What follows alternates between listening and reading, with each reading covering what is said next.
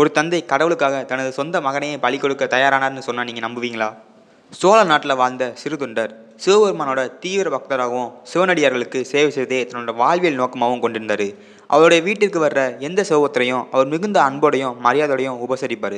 ஒரு நாள் சிவபெருமான் அவரது பக்தியை சோதிக்க நினச்சி ஒரு சைவ யோகியின் வேடத்தில் அவர் வீட்டுக்கு வந்தார். சிறு தொண்டர் அவரை மரியாதையோடு வரவேற்று உணவு உண்ண அழைச்ச போது அந்த யோகி ஒரு அதிர்ச்சியான கோரிக்கையை முன் வச்சார். நான் சாதாரண உணவு உண்ண மாட்டேன், ஒரு குறிப்பிட்ட வயதுடைய குழந்தையோட இறைச்சியால் செய்யப்பட்ட உணவு மட்டும் தான் உண்ணுவேன்னு சொல்கிறாரு. இந்த கோரிக்கையை கேட்ட சிறுதொண்டரும் அவரது மனைவியும் அதிர்ச்சி அடைஞ்சாங்க.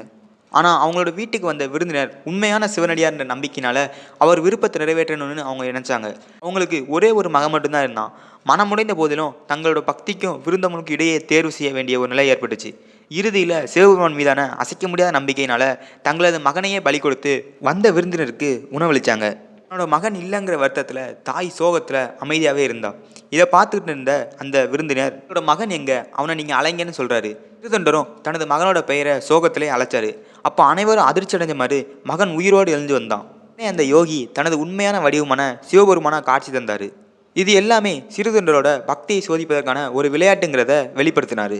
இந்த கதையோட மையக்கருத்து வெறும் மனித பலி அல்ல, அதுக்கு மாறா இறைவன் மீது கொண்ட முழுமையான நம்பிக்கை, தியாக மனப்பான்மை, அது மட்டும் இல்லாமல் விருந்தவங்களோட உச்சநிலையை எடுத்துக்காட்டுது. இதன் காரணமாக தான் சிறுதொண்டர் 63 நாயன்கன்மார்களில் ஒருவராக இன்னும் போற்றப்படுறாரு.